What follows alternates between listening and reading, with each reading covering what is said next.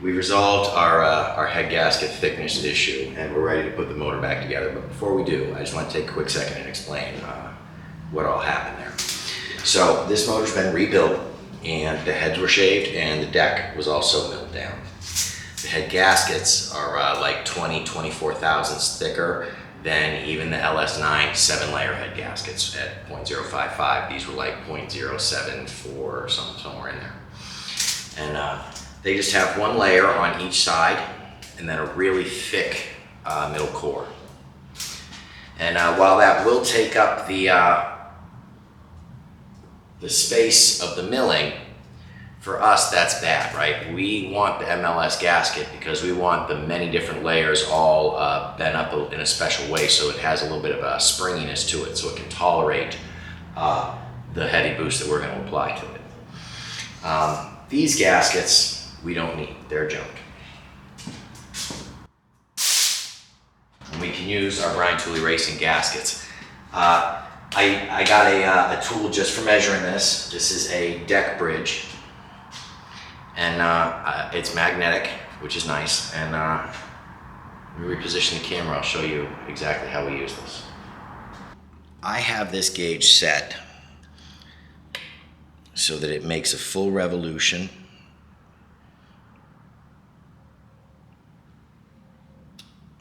And then comes out to 0. So it's got a little bit of preload on the gauge, and then it registers to 0, okay? And then we'll take this and we'll put this right here on the center of the piston. We want to see how much the piston comes up and out of the hole. I've already tested this on multiple different cylinders, and I come up with the exact same reading, as I should. The engine builder is good. They know what they're doing. I was wrong to be paranoid. Okay, so we got to make a full revolution around the dial. And we don't ever get to it. You guys see that? The closest we get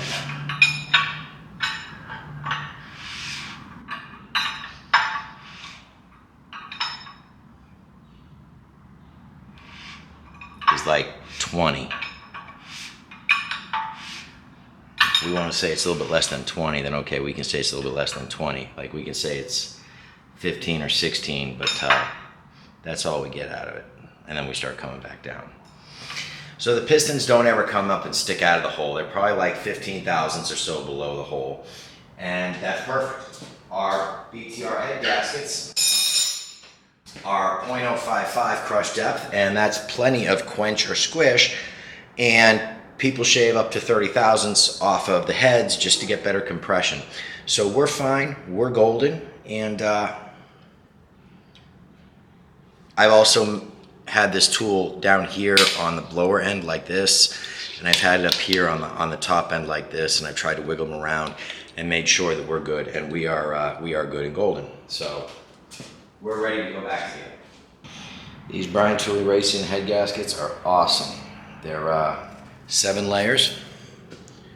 1, 2, 3, 4, 5, 6, 7. And I'm not really labeled top or bottom, front or back or anything like that, but it's important we have our dowels in the block before the head gaskets go on.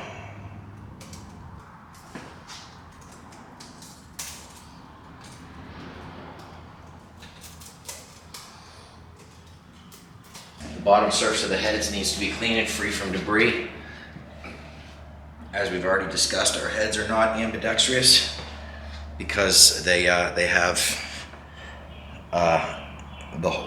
the steam vent hole for the rears were plugged, so this has to be the right hand head.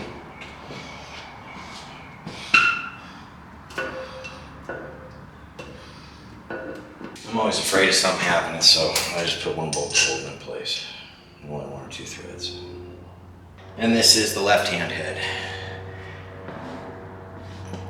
Nice and clean, free of any dirt, debris, everything else.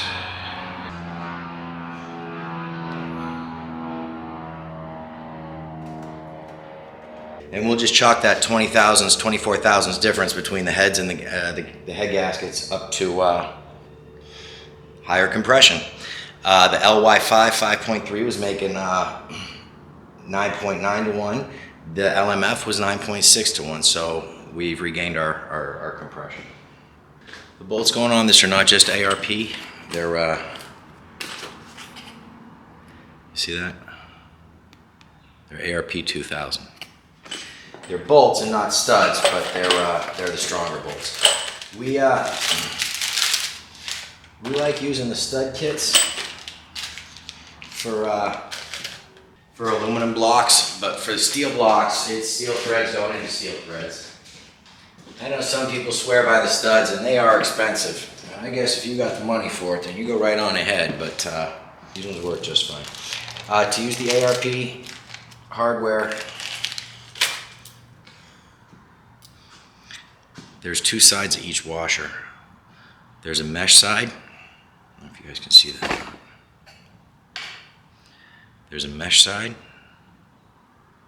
and then there's a flat side, smooth side.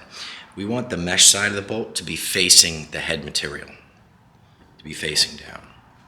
It's important that the ARP hardware maintains its friction at the head of the bolt so that we get the right clamping force.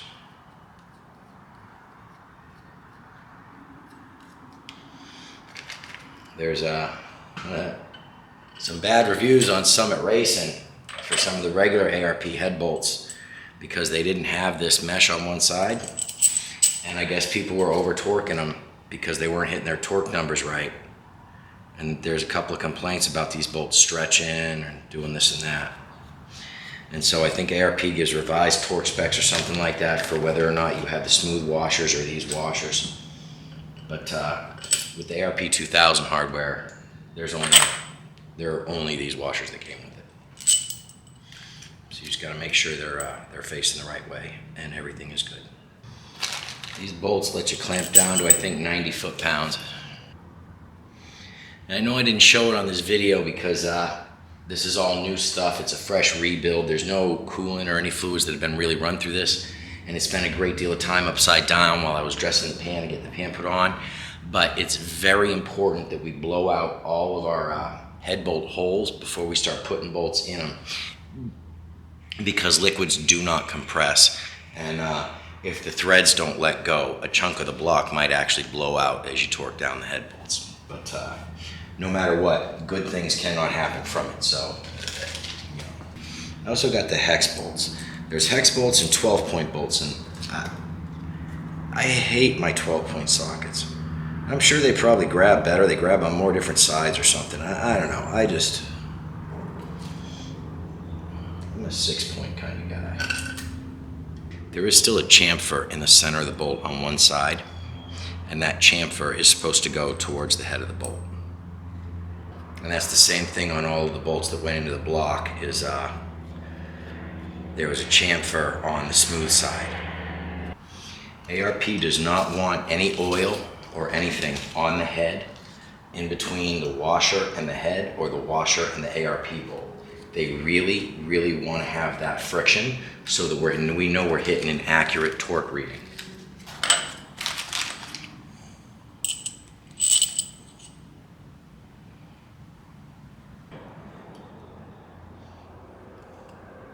Another great reason I like ARP hardware over the factory head bolts is because they're not torque to yield.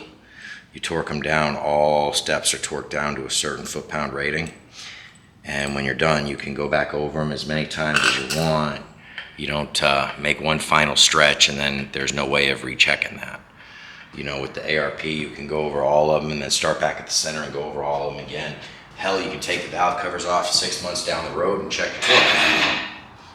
ARP does not give you extra hardware. They do not leave an extra bolt or extra washer in the bag, so it's very important that you, keep tabs on each of your pieces.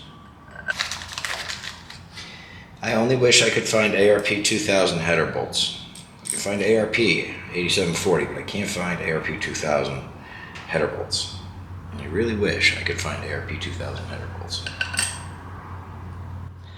The turbo that's going on this motor has cast manifolds, and they're pretty heavy. And I would really, really like to have a extra strength holding. I'm afraid of the stainless steel studs that ARP sells. They're expensive, but they're stainless, and stainless is usually less than grade 8, so I don't know what to do there. But we still got a little bit of time to make up our minds. All right, everything is loosely set in. From here, let me reposition the camera, and we'll start running our bolts in, getting everything torqued. Before anything gets torqued, we can run everything down to 0 left.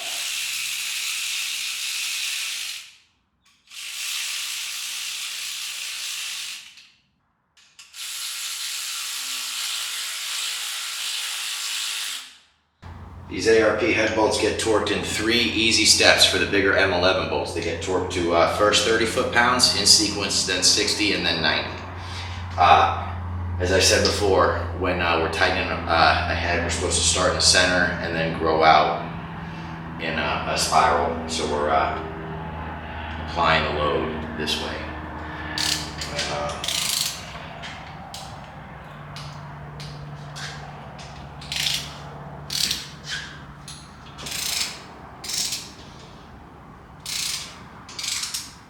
Second and third steps, I'll only torque going up, so I'm not pulling down on the engine with 90 pounds with all that force. So I'm always worried about hurting the engine stand. I'm getting to be an old man. For the last 2 steps of this 60 and 90, I'm going to use the bigger 1/2 inch torque wrench. This one will go up to from 50. This one ranges from 50 to 250.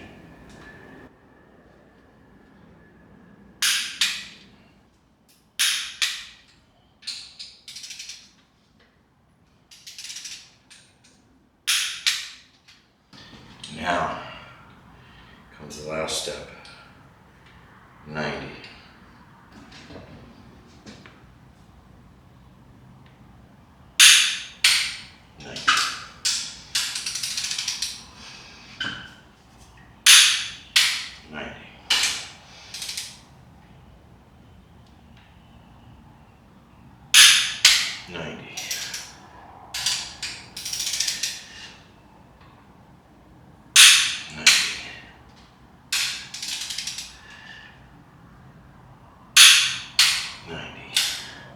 And then all the M8 bolts on top get torqued to 25 foot-pounds. And like I'm saying, the beautiful thing about the ARP hardware is you can go back over it as many times as you want with a torque wrench and make sure you're at your setting and everything is fine.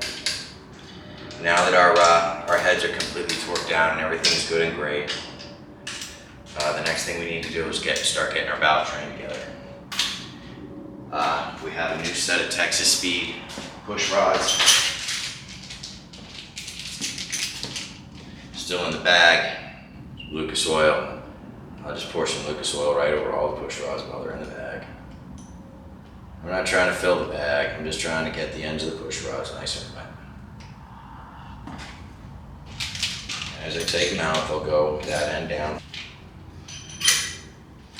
These are standard size 7.400. They're the 5/16.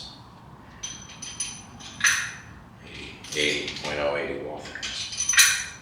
We want to hurry up and get the rockers in and bolt it down so that we can roll the motor once or twice and just make sure everything feels smooth and nothing feels like anything's kissing anything. Which shouldn't be. I mean, we took all our measurements before we went together, and the engine builder sure as hell knows what they're doing. But it's just a nice verification.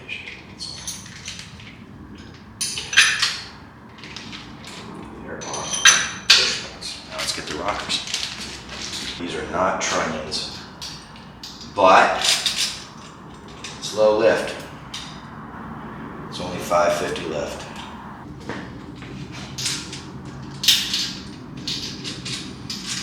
As I torque these down, I like to roll the motor around a little bit and only tighten down the ones that are off their lobes, and then roll the motor until the other ones are off their lobes. That way I'm not like, stretching or galling the threads or anything like that, trying to get them apart or get them in. We're setting our preload. We've got the exhaust valve open, so the intake valve is closed. We want to tighten the rocker until we're at 0 lash, until we got no more slop. torque wrench set at 22. We want to see how many turns we get until we're tight. Fortunately, 1.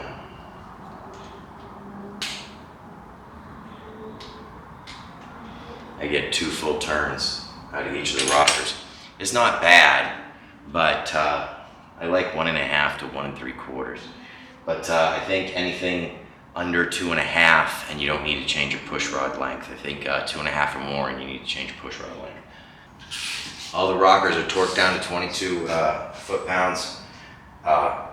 We're very happy with our preload on everything, and the motor rolls really nice.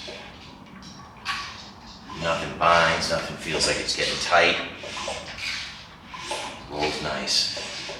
We've got some Lucas run out across all of the rockers and all the valves, so everything is nice and pre-lubed. We're ready to put our rocker arm covers back on and put this in the truck.